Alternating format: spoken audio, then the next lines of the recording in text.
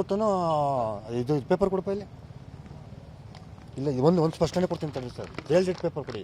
ಇದೊಂದು ಕ್ಲೀನಾಗಿ ಇದು ಮಾಡ್ಕೊಳ್ಳಿ ಸರ್. ಇದು ಅದು ಕೊಡಿ. ಇದು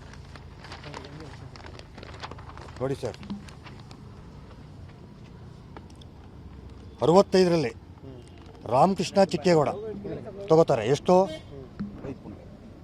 45 × 125 ಅಡಿ ಅವನು ತೊಗೊಂಡಿದ್ದು. ತಗೊಂಡು ಮತ್ತೇನು ಮಾಡ್ತಾನೆ, 76, 77ರಲ್ಲಿ ತನ್ನ ತಂದೆಗೆ 125, 135 ಅಂತ ಬೋಗಸ್ ಕ್ರಯಪತ್ರ ಮಾಡಿ ಮಾರ್ತಾನೆ. ಯಾರೋ ಈ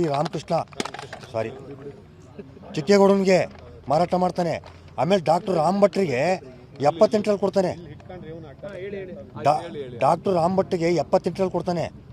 41 ಅಡಿ 35 ಅಡಿ ಅಂತ ಕೊಡ್ತಾನೆ. ಅಲ್ಲಿ ಕ್ಲೋಸೇ ಆಗೋಗುತ್ತೆ ಅವನ ಆಸ್ತಿ.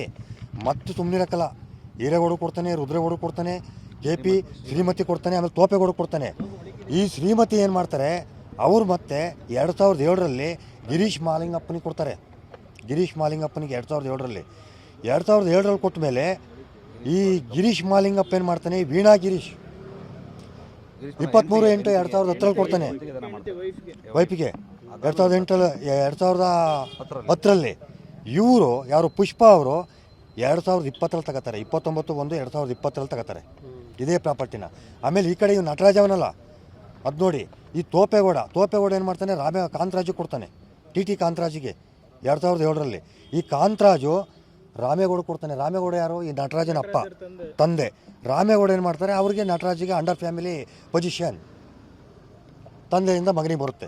ಇಷ್ಟು ವಾಸ್ತವಾಂಶ. ಆಮೇಲೆ ಕೆಳಗಡೆ ನೋಡಿ ಸರ್, ಶ್ರೀ ಚಿಕ್ಕೇಗೌಡ KT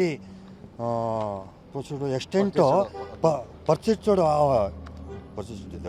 5 ಗುಂಟೆನ 15 ಗುಂಟೆ 8 ಗುಂಟೆ ಅಂತ ಮಾಡ್ತಾನೆ ಇಲ್ಲಿ ಬೋಗಸ್.